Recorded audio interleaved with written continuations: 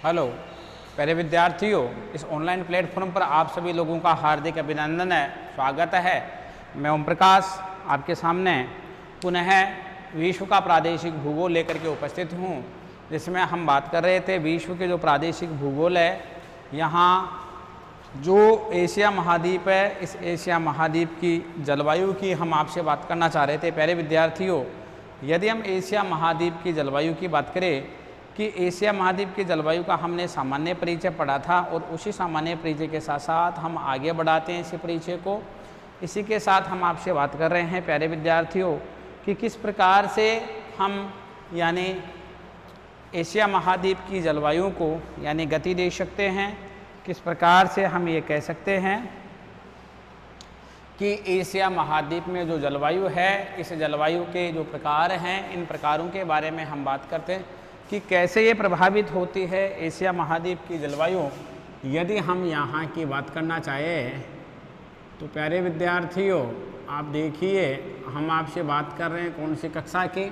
हम आपसे बात कर रहे हैं बीए पार्ट, जो हमारे पास में कौन सा ईयर है, जो फाइनल ईयर है। यदि हम उसकी बात कर रहे हैं आपसे कि जो बीए पार्ट जो फाइनल है उसकी हम बात करें, यानी बीए पार्ट थर्ड ईयर, यानी हम थर्ड ईयर की बात कर रहे हैं, जो बीए पार्ट थर्ड है, जिसमें हम आपसे बात कर रहे हैं विश्व का कौन सा भूगोल, विश्व का प्रादेशिक भूगोल की हम बात करें कि विश्व का प्रादेशिक भूगोल किस प्रकार से अपना अहम योगदान दे रहा है, उसकी हम बात करते हैं। ये बीए पार्ट थर्ड का है, जिसकी हम बात करें कि विश्व का जो प्रादेशिक भूगोल है, इस विश्व के प्रादेशिक भूगोल की हम बात करना चाहते हैं आपसे कि किस प्रकार से यह विश्व का प्रादेशिक भूगोल जलवायु में अपना अहम योगदान देता है। पेपर का नाम है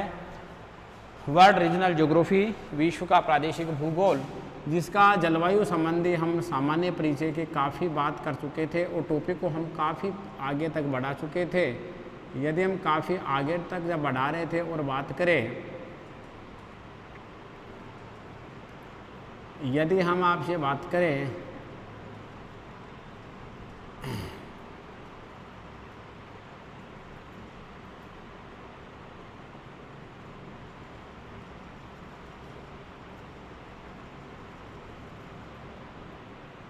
विश्व प्रादेशिक भूगोल की, कि विश्व प्रादेशिक भूगोल किस प्रकार से है, हम उसकी बात करना चाहे आपके पास में, जो हमारे पास में कौन से प्रश्न पत्र के रूप में है, जो हमारे पास में फर्स्ट प्रश्न पत्र के रूप में शामिल है। कौन से प्रश्न पत्र के रूप में शामिल है? जो हमारे पास में फर्स्ट प्रश्न पत्र के रूप में शामिल है। प्यारे विद्यार्थियों, हम इसकी बात कर रहे हैं और टॉपिक है हमारे पास में, टॉपिक है एशिया। एशिया यानी क्या है हमारे पास में? एशिया यानी एशिया की हमारे पास में आती है जलवायु। किसकी बात कर रहे हैं? हम एशिया की जलवायु की बात कर रहे हैं कि एशिया की जलवायु के बारे में हम आपसे जिक्र कर रहे हैं कि किस प्रकार से एशिया महाद्वीप की जो जलवायु है वह क्या यहाँ के प्रादेशिक संरचना से प्रभावित होती है या प्रभावित नहीं होती है। इन सब की हम बात कर रहे हैं।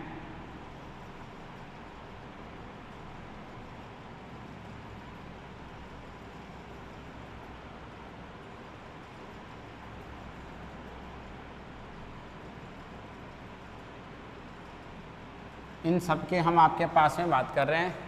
एशिया क्लाइमेट जो हमारे पास में टॉपिक है, इसकी हम आपसे बात कर रहे हैं प्यारे विद्यार्थियों।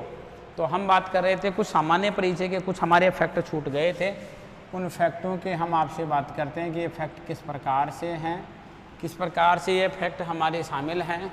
उन फैक्टों के हम आपसे बात करना चाह रहे हैं। आप देखिए इन फैक्टों को कि किस प्रकार से ये फैक्ट एशिया महाद्वीप की जलवायु को प्रभावित करते हैं। हम पिछली कक्षा को पुनः कनेक्टिविटी के साथ हम जोड़ते हैं और हम आगे बढ़ते हैं कि किस प्रकार से अपना अहम योगदान देती है। यह हम बात करें मुख्य रूप से हम बात करते हैं कि एशिया महाद्वीप की जलवायु पूर्णतया मानसून के द्वारा नियंत्रित होती है। हमारे पास में फैक्ट आता है कि एशिया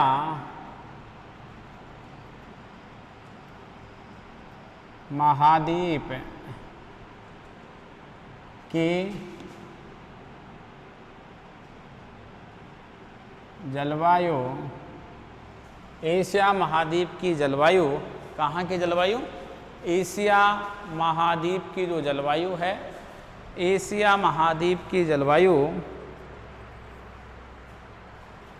एशिया महाद्वीप की जलवायु पूर्णतया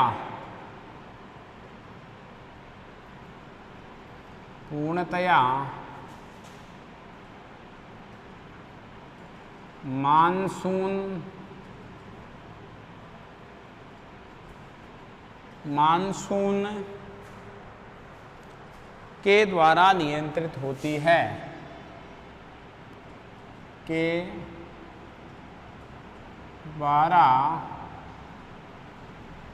द्वारा नियंत्रित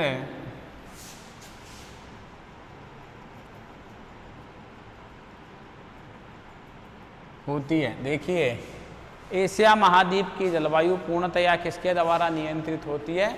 एशिया महाद्वीप की जलवायु पूर्णतया मानसून के द्वारा क्या होती है? नियंत्रित होती है। यदि एशिया महाद्वीप की हम जलवायु की बात करें तो जो एशिया महाद्वीप की जलवायु है उस पर पूर्ण रूप से किसका प्रभाव पड़ता है? एशिया महाद्वीप की जलवायु पर पूर्ण रूप से जो प्रभाव पड़ता है वह मानसून का पड़ता है। ये मानसून से प्रभावित होती है।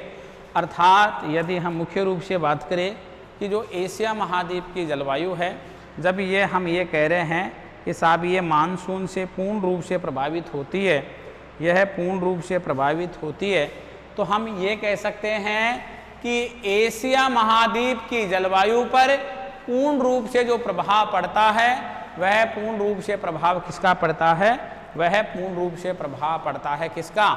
वह प्रभाव यहाँ की जो स्थल है, यहाँ का जो स्थलीय भाग है, उस स्थलीय भाग का पूर्ण रूप से प्रभाव पड़ता है। अर्थात यहाँ का जो मानसूनी प्रदेश है, यहाँ का जो मानसून है, उस मानसून के आधार पर ही एशिया महाद्वीप की जलवायु का क्या होता है? एशिया महाद्वीप की जलवायु का निर्धारण होता है। तो पूर्ण रूपेण हम ये कह सकते हैं, कि जब एशिया महाद्वीप की जलवायु का निर्धारण इस प्रकार से होता है, जब निर्धारण इस प्रकार से होता है कि एशिया महाद्वीप की जलवायु यानी मानसून से पूर्णतया नियंत्रित होती है, तो हम ये कह सकते हैं कि महाद्वीपीयता पर मानसून का प्रभाव पूर्ण रूप से क्या होता है? दृष्टिगोचर होता है। आगे हम फैक्ट की बात करें, एशिया महाद्वीप में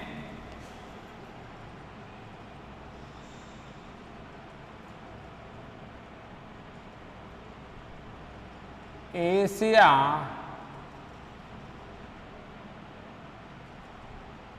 महाद्वीप में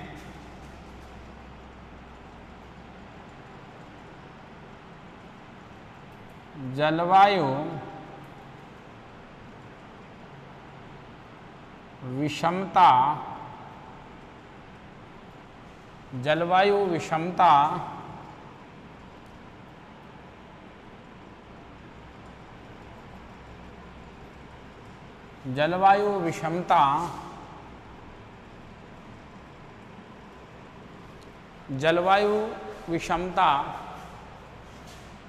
मिलने के दो कारण हैं। एशिया महाद्वीप में जलवायु की विषमता, एशिया महाद्वीप में जलवायु विषमता मिलने के दो कारण हैं। कौन से कारण हैं? यानी विषमता मिलने के कौन से कारण हैं? विषमता मिलने के पूर्ण रूपेण हम बात करें तो कितने कारण हैं? दो कारण। एक तो हमारे पास में कारण आता है एशिया महाद्वीप की विशालता, एशिया महाद्वीप की विशालता, यानी एक कारण तो हमारे पास में आता है एशिया महाद्वीप की विशालता, पहला कारण। दूसरा कारण देखिए, दूसरा कारण है एशिया महाद्वीप के मध्य, एशिया महाद्वीप के मध्य, एशिया महाद्वीप के मध्य उच्च क्या उठी हुई पर्वत श्रेणियां या उच्च पर्वतमालाएं, एशिया महाद्वीप के मध्य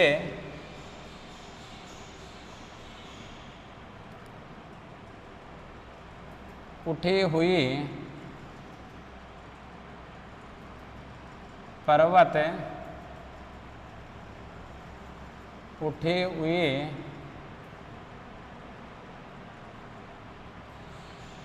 पर्वत श्रेणियां, एशिया महाद्वीप के मध्य उठी हुई पर्वत श्रेणियां, यानी दो विषमता मिलने के दो कारण हैं।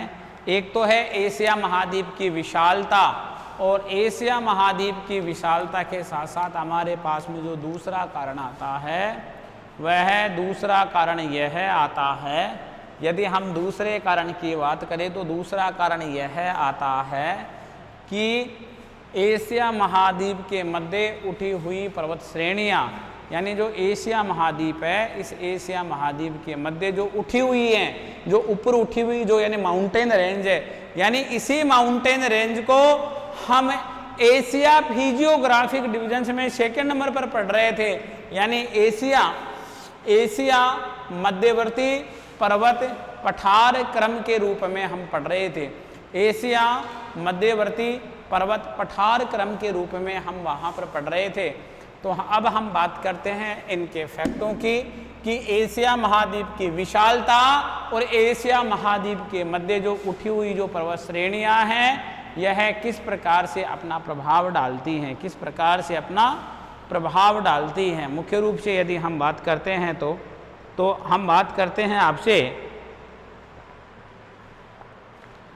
इन्हीं पर्वत श्रेणियों की, जो ये पर्वत श्रेणियाँ मध्यवर्ती भाग में पर्वत के रूप में और पठार के रूप में हैं, और एशिया महाद्वीप की जनसंख्या और क्षेत्रफल में जो विशालता है ये किस प्रकार से प्रभावित करती है एशिया महाद्वीप की जलवायु को। प्यारे विद्यार्थियों, हम आपसे बात करते हैं, फैक्ट हैं इन दोनों के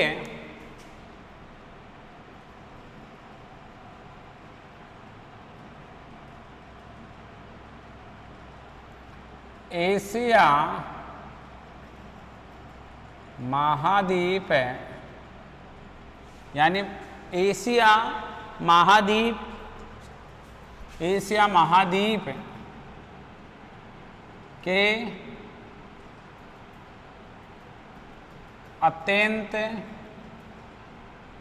अत्यंत विशाल होने के कारण, एशिया महाद्वीप के अत्यंत विशाल होने के कारण इसका प्रभाव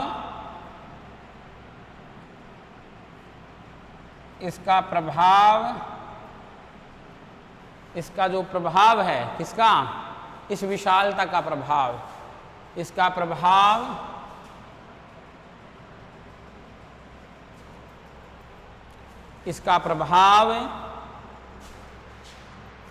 एशिया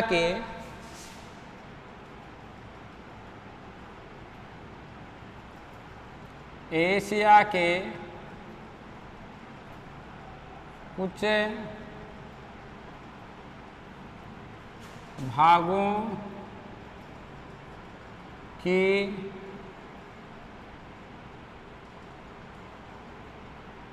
जलवायु पर पड़ता है। एशिया के कुछ भागों की जलवायु पर पड़ता है, विशेषकर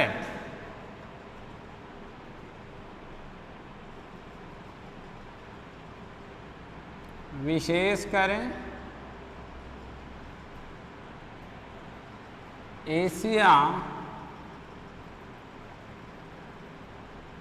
महाद्वीप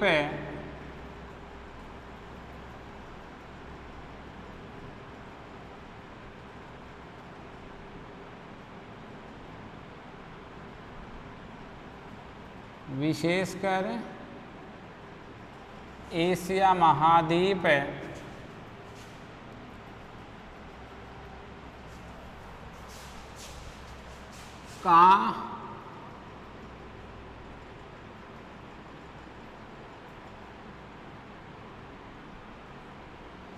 का मध्य भाग, विशेषकर एशिया महाद्वीप का मध्य भाग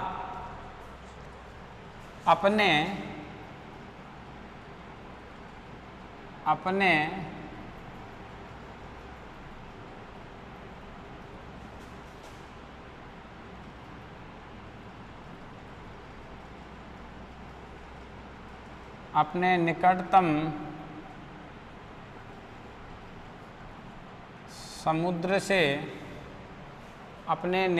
समुद्र से 3,200 किलोमीटर या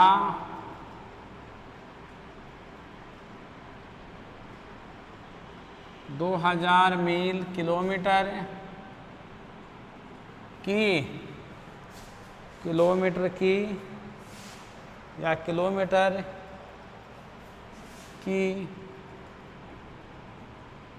दूरी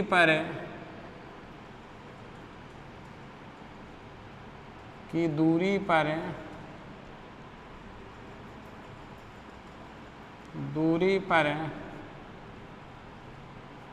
क्या है, स्थित है, की दूरी पर स्थित है। देखिए आप, एशिया महाद्वीप के अत्यंत विशाल होने के कारण इसका प्रभाव एशिया के कुछ भागों की जलवायु पर, यानी एशिया के कुछ भागों की किस पर पड़ता है, एशिया के कुछ भागों की जलवायु पर पड़ता है। यानी एशिया के जो कुछ भाग हैं वह कुछ भागों की मुख्य रूप से किस पर पड़ता है, यानी एशिया के कुछ भागों की मुख्य रूप से जलवायु पर पड़ता है। किस पर पड़ता है, एशिया के कुछ भागों की मुख्य रूप से जो जलवायु है, इस जलवायु पर क्या पड़ता है, इस जलवायु पर प्रभाव पड़ता है। ठीक है ना।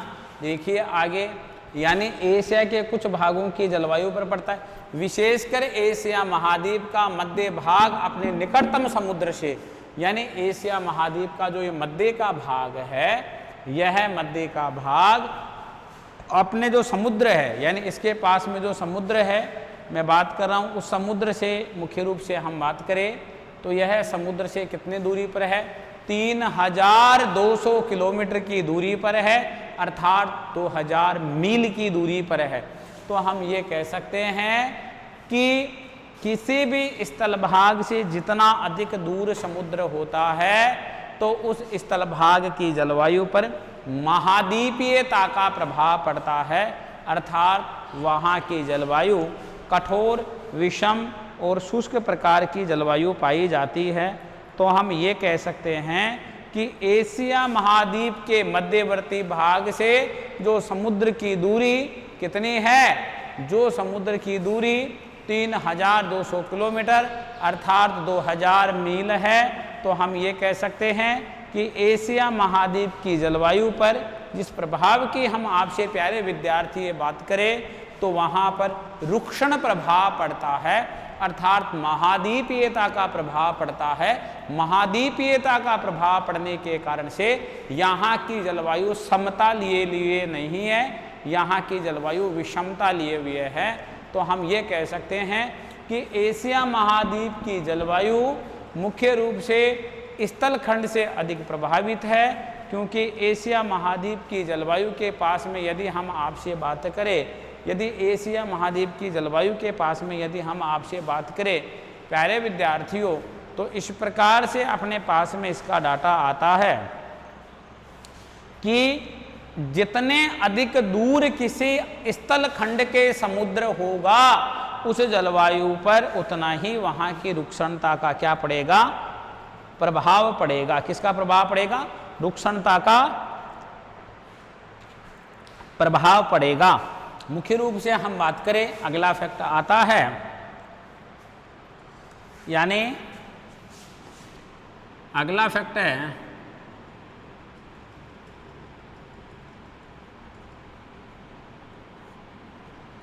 समुद्र से दूरी,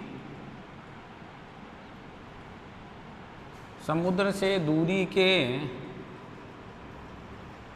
कारण, समुद्र से दूरी के कारण क्या, समुद्र से दूरी के कारण क्या, समुद्र से दूरी के कारण या फलस्वरूप समुद्र से दूरी के कारण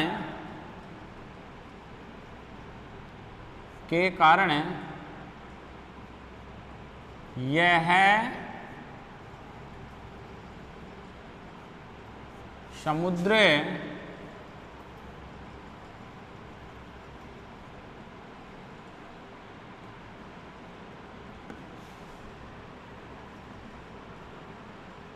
समुद्र के समकारी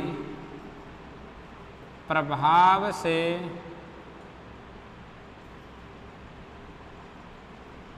वंचित, समुद्र के समकारी प्रभाव से यह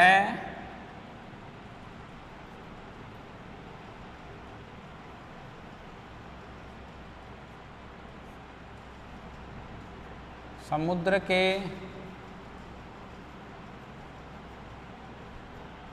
समकारी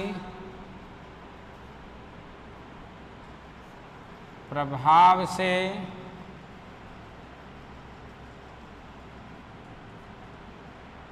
वंचित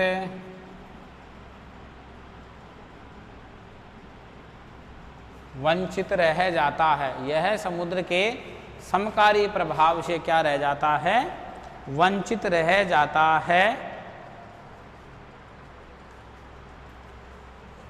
अतः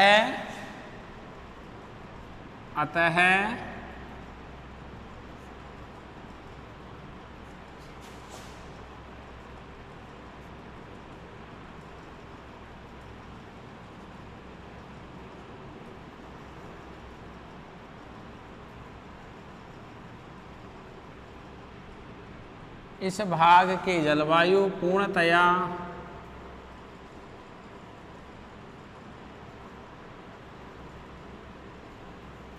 महाद्वीपीय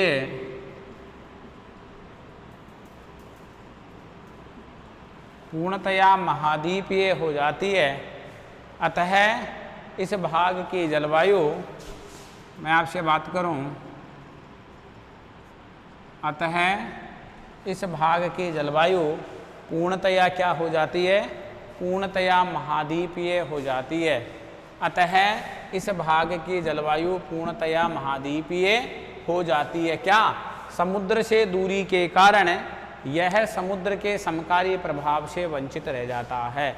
यानी एशिया महाद्वीप का जो मध्यवर्ती भाग है, यह एशिया महाद्वीप का मध्यवर्ती भाग, यानी एशिया महाद्वीप का जो मध्यवर्ती भाग है, यदि मैं एशिया महाद्वीप के मध्यवर्ती भाग की बात करूं, तो एशिया महाद्वीप का मध्यवर्ती भाग यानी समुद्र से दूर होने के कारण से स्थल खंड पर जो समुद्र का समकारी प्रभाव पड़ता है, उस समकारी प्रभाव से क्या हो जाता है, वंचित रह जाता है।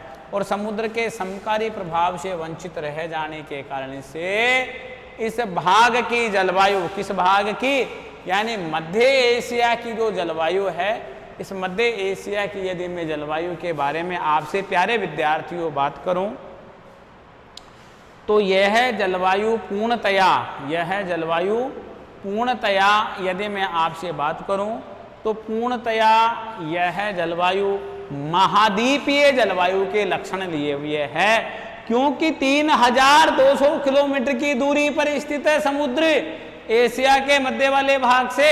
जब एशिया के मध्य वाले भाग से 3200 किलोमीटर की दूरी पर समुद्र है, तो क्या हम ये अपेक्षा कर सकते हैं क्या कि इतनी दूरी पर भी समुद्र अपना उस स्थल एशिया के मध्यवर्ती भाग में अपना समकारी प्रभाव डालेगा? नहीं, कतई नहीं डालेगा। नहीं डालने के कारण से उस जलवायु में जो लक्षण दिखाई देंगे वह कौन से लक्षण दिखाई देंगे?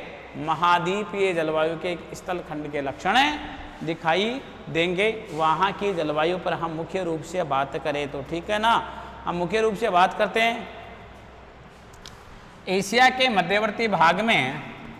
अगला फैक्ट है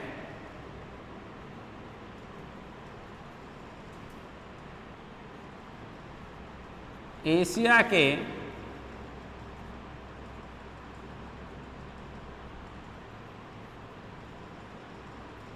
मध्यवर्ती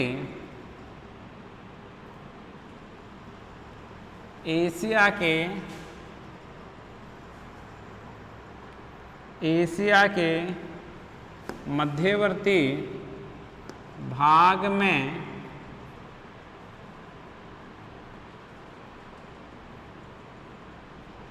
तापांतर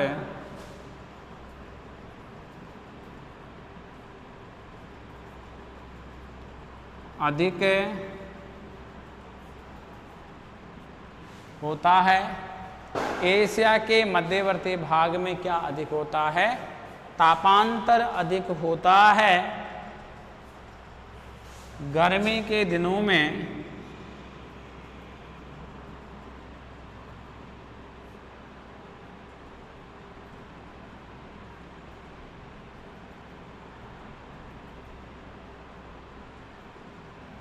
गर्मी के दिनों में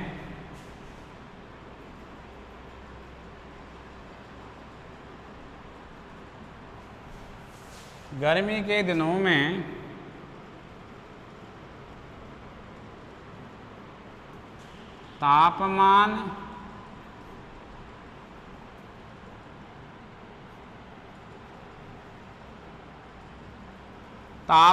बढ़ जाता है। और गर्मी के दिनों में क्या होता है? गर्मी के दिनों में इस भाग में तापमान बढ़ जाता है। क्या होता है? गर्मी के दिनों में तापमान बढ़ जाता है तथा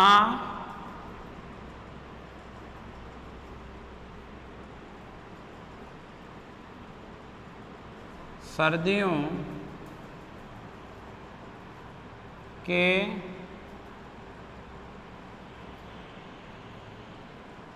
दिनों में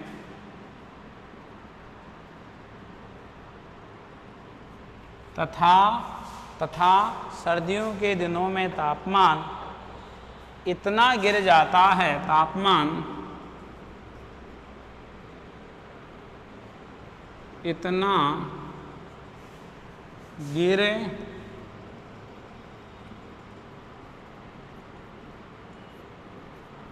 जाता है कि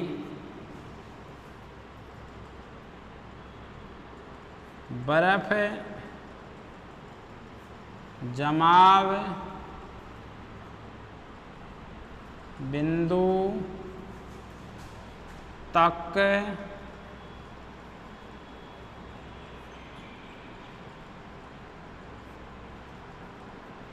पहुंच जाता है। बर्फ जमाव बिंदु तक पहुंच जाता। देखिए, एशिया के मध्यवर्ती भाग में तापांतर अधिक होता है। ताप का अंतर, तापांतर का मतलब होता है यानी दिन रात का न्यूनतम तापमान और अधिकतम तापमान। यानी हम दिन और रात के टेम्परेचर की बात करें तो दिन और रात का न्यूनतम तापमान और दिन और रात का कौन सा टेम्परेचर, अधिकतम हम टेम्परेचर की बात करें आपसे प्यारे विद्यार्थियों कि अधिकतम तापमान कितना है तथा न्यूनतम तापमान कितना है। यदि हम इन दोनों तापमान की आपसे प्यारे विद्यार्थियों बात करते हैं तो यानी ये दोनों तापमानों का जो अंतर होता है, इसी अंतर को ही हम क्या कहते हैं, इसी अंतर को ही हम तापांतर के नाम से जानते हैं। किसके नाम से जानते हैं प्यारे विद्यार्थियों? हम इसी अंतर को ही तापांतर के नाम से जानते हैं। देखिए आप, मुख्य रूप से यदि हम तापांतर को समझना चाहिए तो कैसे समझ सकते हैं कि मान लीजिएगा, यानी दिन का अधिकतम तापमान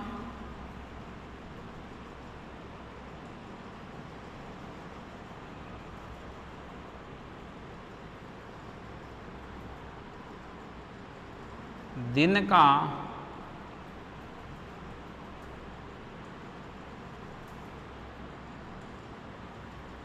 न्यूनतम तापमान, यानी तापांतर की मैं प्रकार की बात करूं तो दैनिक तापांतर, देखिए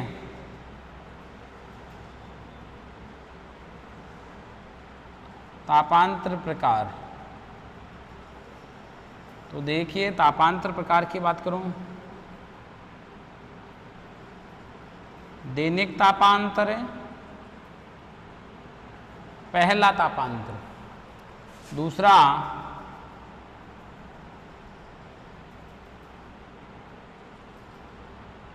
मासिक तापांतर, तीसरा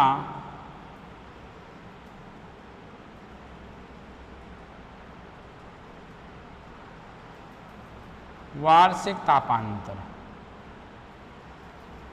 अब देखिए आप, मुख्य रूप से हम बात करते हैं दैनिक तापांतर, मासिक तापांतर और इसी के साथ साथ वार्षिक तापांतर, यानी अधिकतम तापमान दिन का और दिन का न्यूनतम तापमान। मान लीजिएगा दिन का अधिकतम तापांतर हमारे पास में 40 डिग्री सेंटीग्रेड आया और दिन का न्यूनतम तापमान अंकित किया गया 15 डिग्री सेंटीग्रेड। अधिकतम तापमान के मध्य और न्यूनतम तापमान के मध्य का जो अंतर है, अधिकतम तापमान और न्यूनतम तापमान के मध्य का जो अंतर है, यदि मैं इस अंतर को कैलकुलेट करके और ये मैं डिफरेंस निकाल लूँ और जो मेरे पास में अंतर आएगा उसी अंतर को ही मैं तापांतर कहूँगा। यही अंतर क्या कहलाएगा? तापांतर कहलाएगा। इसी प्रकार दिन का तापांतर, इसी प्रकार महीने का तापांतर और इसी प्रकार वर्ष का तापांतर। तो हम ये कह सकते हैं अधिकतम तापमान और न्यूनतम तापमान के मध्य का जो कैलकुलेट करने के बाद में जो अंतर आता है उसी को हम टेम्परेचर डिफरेंस कहते हैं, वही तापांतर कहलाता है प्यारे विद्यार्थियों। तो यहाँ मध्यवर्ती भाग में तापांतर अधिक होता है। अरे अधिक का कारण तो आप समझ रहे होंगे ना, कि अधिक का कारण तो आप समझ रहे होंगे ना, क्यों? क्योंकि यहाँ पर कौन सा प्रभाव है? यहाँ पर महाद्वीपीयता का प्रभाव है। तो महाद्वीपीयता का प्रभाव, हम बात किसकी कर रहे हैं? जिसे हम फिजियोग्राफिक डिविजन्स की बात कर रहे थे, एशिया महाद्वीप के मध्यवर्ती भाग में जो दूसरा हमारे पास में फिजियोग्राफिक डिवीजन भौतिक प्रदेश पढ़ रहे थे, उस समय हमने बात की थी आपसे कि मध्यवर्ती उच्च पर्वत पठारी क्रम, तो मैं उसी की बात कर रहा हूं ना। तो ये तो सॉलिड भाग है, तो सॉलिड भाग पर सूर्य का जो सूर्य किरणों का जो प्रभाव पड़ता है, वह प्रभाव बहुत जल्दी उस ठोस भाग को, सॉलिड भाग को क्या कर देता है? उस सॉलिड भाग को गर्म करने का जो कार्य किया जाता है और इसी के साथ साथ ही उसको बहुत जल्दी ठंडा करने का कार्य किया जाता है। यानी वह स्थलीय भाग बहुत जल्दी गर्म हो जाता है और वह स्थलीय भाग बहुत जल्दी ठंडा हो जाता है। ठीक है ना? इस कारण से यानी ये ताप का अंतर, ये जो अधिकतम तापमान का अंतर, न्यूनतम तापमान का अंतर, इसी कारण से यहाँ पर अधिक पाया जाता है। क्योंकि ये बात तो हमने यहाँ पढ़ी है ना कि समुद्र से दूरी अधिक है, और समुद्र से दूरी अधिक होने के कारण से क्या है? यहाँ पर समुद्र से दूरी अधिक होने के कारण से यहाँ पर कौन सा प्रभाव है? यहाँ की जलवायु पर महासागरीयता का प्रभाव न होकर के कौन सा प्रभाव है? महाद्वीपीयता का प्रभाव है।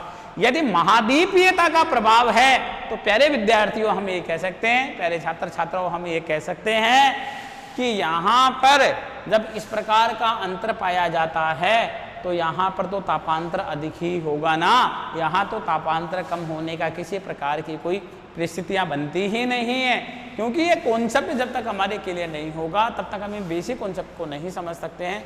डायग्राम के माध्यम से हम जो सामान्य जो जलवायु का वर्गीकरण है वो जलवायु के सामान्य वर्गीकरण को हम यहाँ पर ट्रेसिंग करेंगे, 1 बाय 1 करते हुए चलेंगे। अब हम टॉपिक को आगे बढ़ाते हैं और टॉपिक को हम आगे लेकर के चलते हैं प्रमुख जलवायु के प्रकार। किसके बात कर रहे हैं हम आपसे? अब हम आपसे बात करेंगे प्रमुख जलवायु के क्या, प्रमुख जलवायु के हम प्रकारों की आपसे बात करेंगे कि कौन कौन से वह भाग हैं, कौन कौन से वह प्रमुख भाग जिनके बारे में वहाँ की जलवायु के बारे में क्या की जाती है, चर्चा की जा रही है। एशिया महाद्वीप, वहाँ का मतलब कहाँ, एशिया महाद्वीप के मैं आपसे प्यारे विद्यार्थियों किसकी बात कर रहा हूँ, मैं आपसे जलवायु की बात करना चाह रहा हूँ। एशिया महाद्वीप के मैं जलवायु की आपसे बात कर रहा हूँ। तो हम बात कर रहे हैं एशिया महाद्वीप की कौन से भाग की, हम एशिया महाद्वीप की मध्य वाले भाग की यदि हम बात करें तो हमारे पास में आता है मध्यवर्ती भाग। कौन सा भाग? मध्यवर्ती भाग की हम आपसे बात कर सकते हैं। मध्यवर्ती जो भाग है यहाँ का, हम वहाँ की आपसे बात कर सकते हैं। तो हम सबसे पहले एशिया महाद्वीप की जो जलवायु के प्रकार हैं, हम उन जलवायु के प्रकारों पर आते हैं प्यारे विद्यार्थियों कि एशिया महाद्वीप के जो जलवायु के प्रकार हैं वो किस प्रकार से हैं। तो हम बात करते हैं एशिया महाद्वीप के जलवायु का सामान्य वर्गीकरण, यानी जलवायु का सामान्य वर्गीकरण। देखिए आप,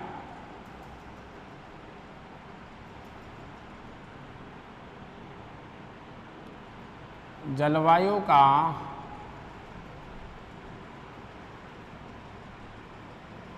सामान्य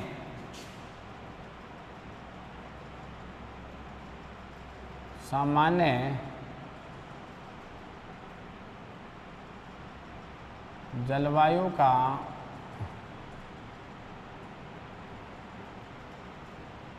सामान्य वर्गीकरण। कौन सा वर्गीकरण? जलवायु का सामान्य वर्गीकरण। कहाँ की जलवायु? एशिया महाद्वीप की जलवायु का सामान्य वर्गीकरण के मैं आपसे प्यारे विद्यार्थियों मैं आपसे बात कर रहा हूँ कि एशिया महाद्वीप की जलवायु का कौन सा वर्गीकरण। एशिया महाद्वीप की जलवायु का हम बात कर रहे हैं सामान्य वर्गीकरण की। देखिए, हम सबसे पहले जलवायु के हम कौन से वर्गीकरण पर आते हैं, हम जलवायु के सबसे पहले सामान्य वर्गीकरण पर आते हैं, यानी general classification of Asia climate, यानी general classification of Asia climate, यानी एशिया महाद्वीप की क्या, जलवायु का सामान्य वर्गीकरण। कौन सा वर्गीकरण? एशिया महाद्वीप की जलवायु का हम सामान्य वर्गीकरण की बात कर रहे हैं। तो देखिए पहले विद्यार्थियों, हम कॉन्सेप्ट तैयार करके और हमारे टॉपिक पर हम आने की प्रयास कर रहे हैं।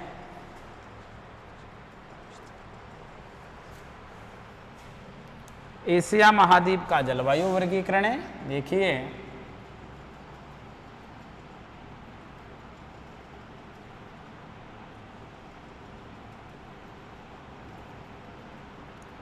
एशिया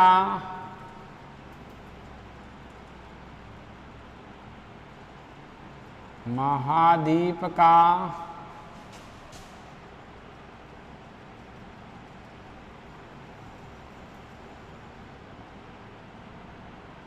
जलवायु वर्गीकरण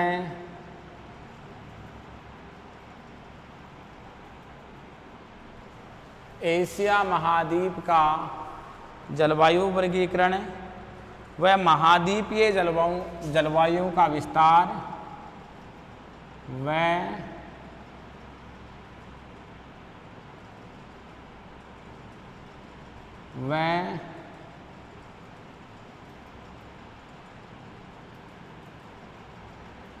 महाद्वीपीय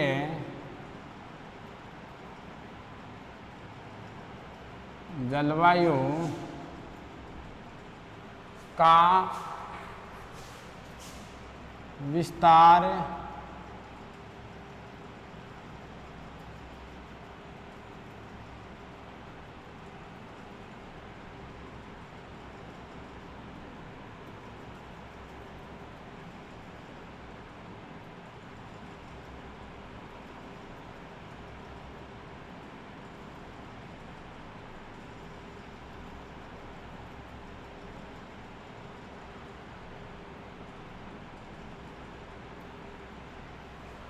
का विस्तार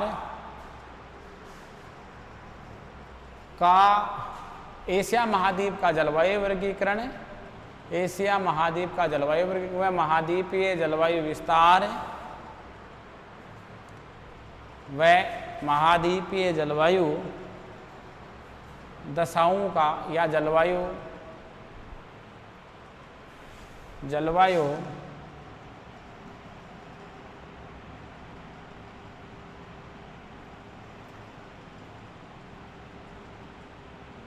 दशाओं का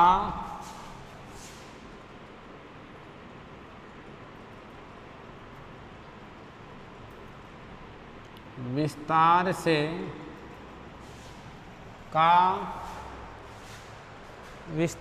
से अध्ययन करते हुए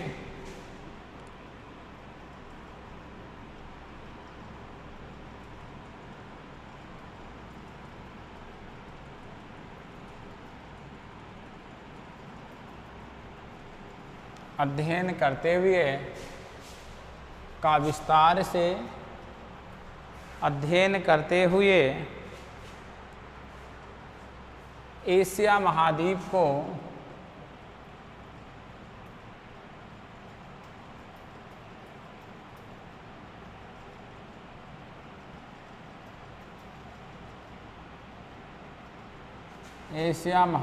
को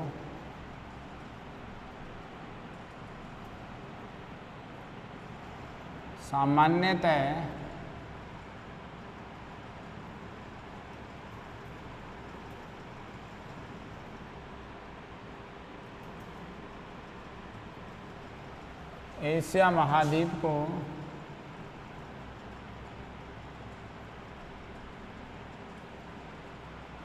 एशिया महाद्वीप को सामान्यतः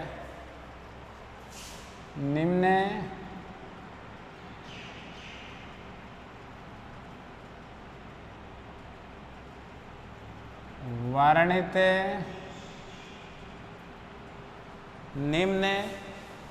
वर्णित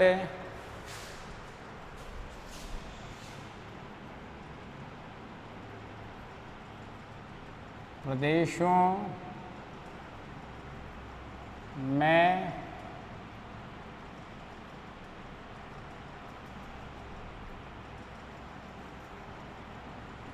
बांट सकते हैं।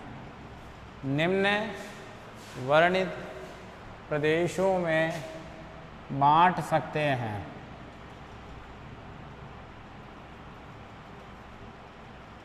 निम्न वर्णित प्रदेशों में बांट सकते हैं। देखिए, एशिया महाद्वीप का जलवायु वर्गीकरण वह महाद्वीपीय जलवायु दशाओं का विस्तार से अध्ययन करते हुए यदि हम एशिया महाद्वीप की जलवायु का और जलवायु के साथ साथ यदि हम वहाँ की बात करें, कहाँ की, यदि हम वहाँ की बात करते हैं, कहाँ की, मुख्य रूप से एशिया महाद्वीप के जलवायु की दशाओं का, यानी एशिया महाद्वीप के जलवायु की दशाओं का यदि हम बात करते हैं, मुख्य रूप से प्यारे विद्यार्थियों हम बात करें तो इस प्रकार से हमारे पास में वर्गीकरण आता है। इस प्रकार से हमारे पास में वर्गीकरण आता है कि महाद्वीपीय जलवायु दशाओं का विस्तार से अध्ययन करें तो एशिया महाद्वीप को सामान्यतः निम्न वर्णित प्रदेशों में हम विभाजित कर सकते हैं। सबसे पहले हम 1 नंबर के प्रदेश की आपसे बात करते हैं प्यारे विद्यार्थियों कि एक नंबर का जलवायु प्रदेश कौन सा है। तो देखिए हम फर्स्ट नंबर पर आते हैं और आपसे बात करते हैं विषुवत रेखीय ओब्लिक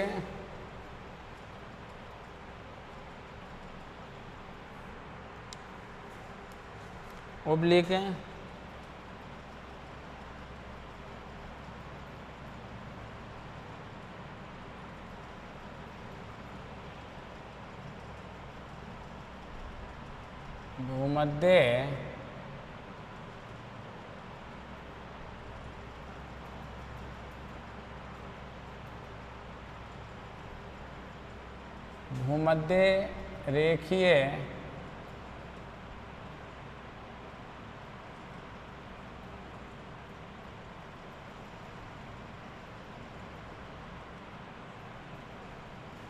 जलवायु प्रदेश। भूमध्य रेखीय हम बात कर रहे हैं कौन से प्रदेश की?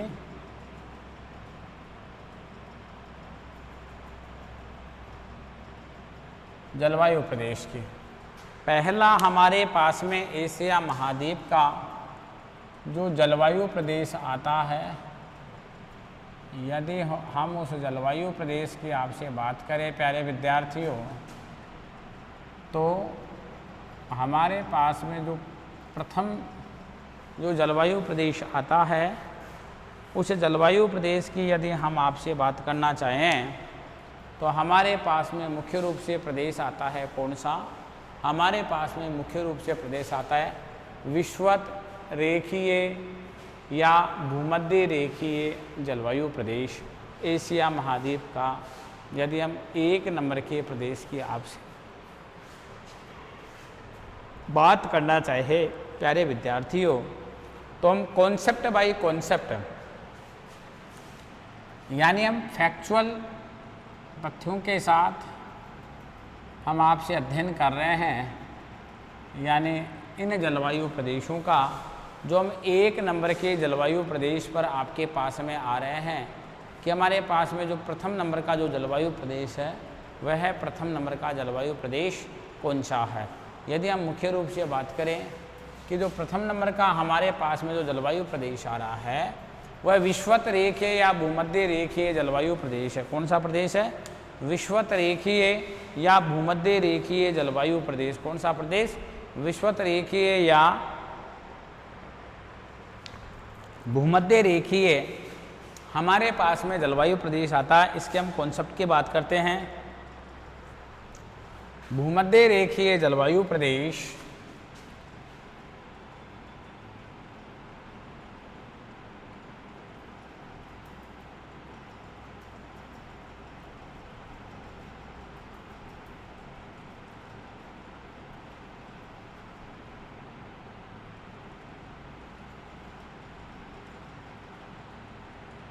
भूमध्य रेखीय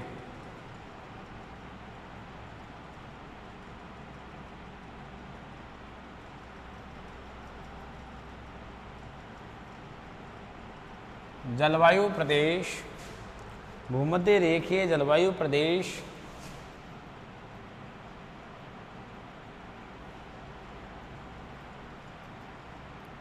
भूमध्य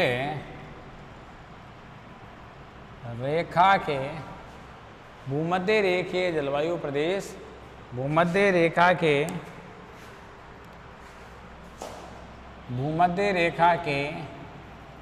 5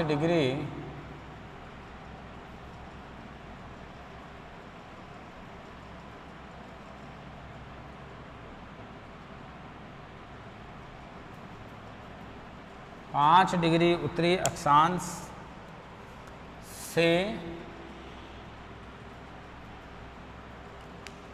5 5 डिग्री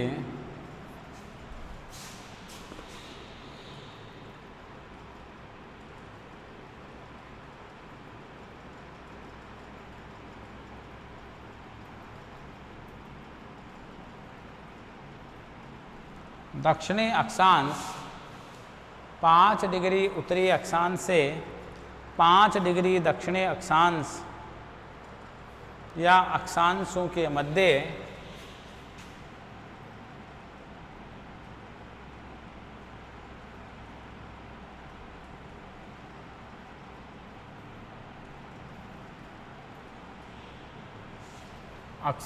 के मध्य मलाया के मध्य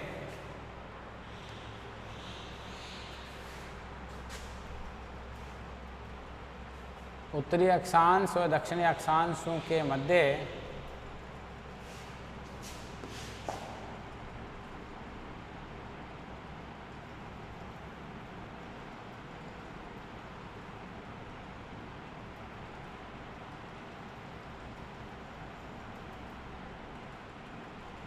मलाया प्रायद्वीप, देखो मलाया प्रायद्वीप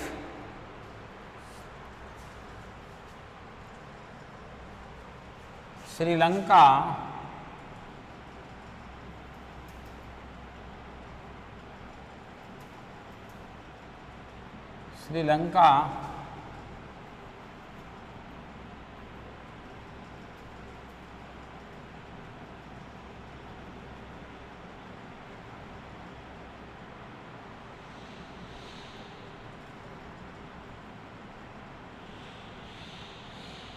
दक्षिणी अक्षांशों में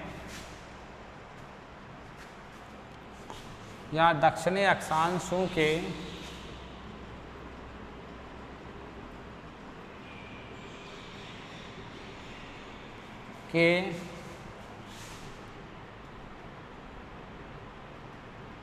पूर्वी द्वीप समूह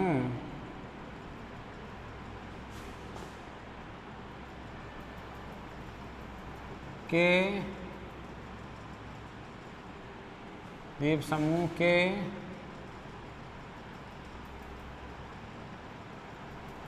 मध्य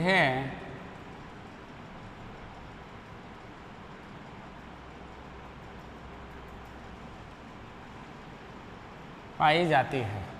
देखिए भूमध्य रेखीय जलवायु प्रदेश भूमध्य रेखा के 5 डिग्री उत्तरी और भूमध्य रेखा के 5 डिग्री दक्षिणी अक्षांशों के मध्य, यानी भूमध्य रेखा के 5 डिग्री उत्तरी और भूमध्य रेखा के 5 डिग्री दक्षिणी अक्षांशों के मध्य क्या है, यानी दक्षिणी अक्षांशों के मध्य पाए जाते हैं। हम मुख्य रूप से बात करें कि 5 डिग्री तो उत्तरी है और 5 डिग्री दक्षिणी है।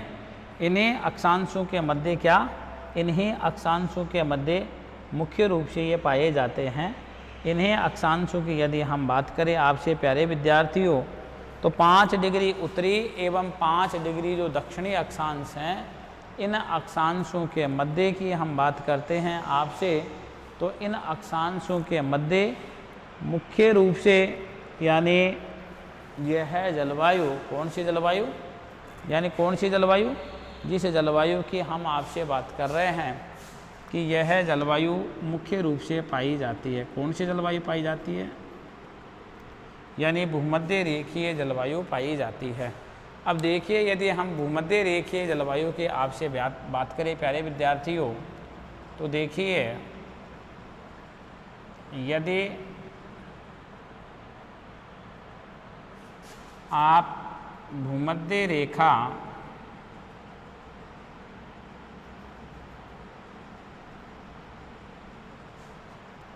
यदि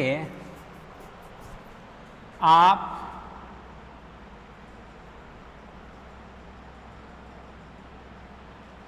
भूमध्य रेखा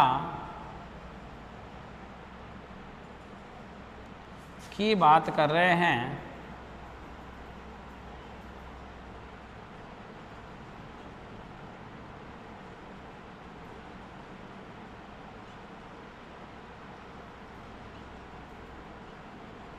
तो यदि हम आपसे बात करें प्यारे विद्यार्थियों,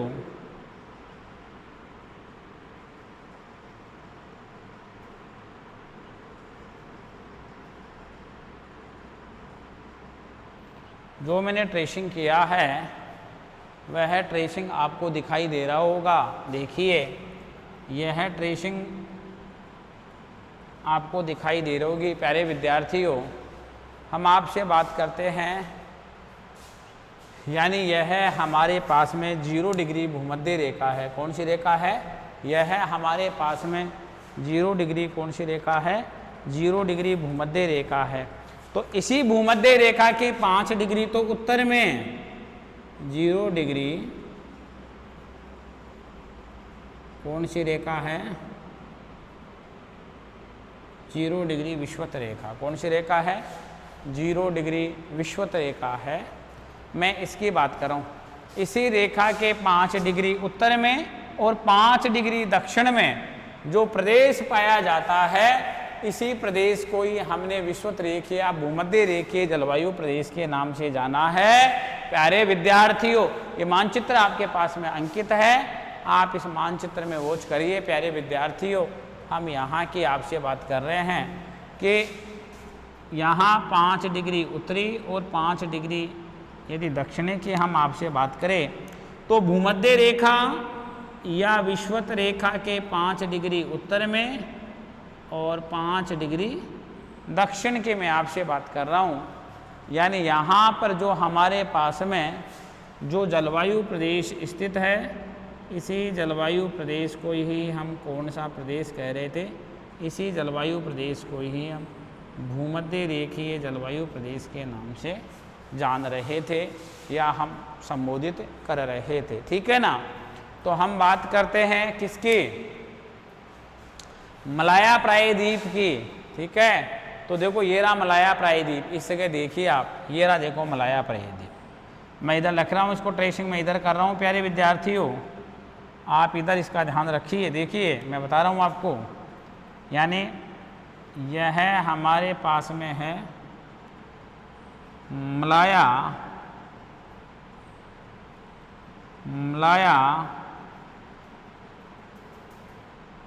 कौन सा द्वीप? मलाया प्रायद्वीप। मलाया प्रायद्वीप। फिर हमारे पास में आता है श्रीलंका।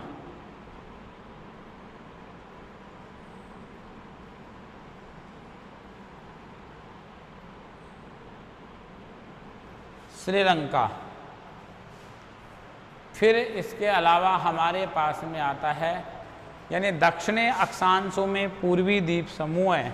यह जो द्वीप समूह हमारे पास में दिखाई दे रहे हैं, देखिए ये सुमात्रा है, ये जावा है, ये सारे मैं द्वीप समूह की आपसे बात कर रहा हूँ विद्यार्थियों। ये सारे द्वीप समूह आ रहे हैं जिनके मैं आपसे बात कर रहा हूँ। देखो एरो बना के मैं बाहर ला रहा हूँ। ये दक्षिणी अक्षांशों में स्थित क्या हैं? द्वीप हैं। इन्हीं सभी द्वीपों के मैं आपसे क्या करना चाह रहा हूँ? प्यारे विद्यार्थियों, मैं आपसे इन्हीं सभी द्वीपों की बात करना चाह रहा हूँ जो द्वीप आपके पास में उपस्थित हैं या आपके सामने हैं। ये सारे मैं द्वीपों की, ये जावा द्वीप है भाई। कौन सा द्वीप है? ये जावा। मैं इसको पुनः लिख देता हूँ जिससे आपको सही तरीके से दिखाई दे। प्यारे विद्यार्थियों, यह है कौन सा द्वीप है? जावा। यह है सेलेबीज है। यह जो द्वीप आ रहा है, यह हमारे पास में कौन सा द्वीप आ रहा है? यह सेलेबीज द्वीप है। कौन सा द्वीप है? सेलेबीज। यह द्वीप,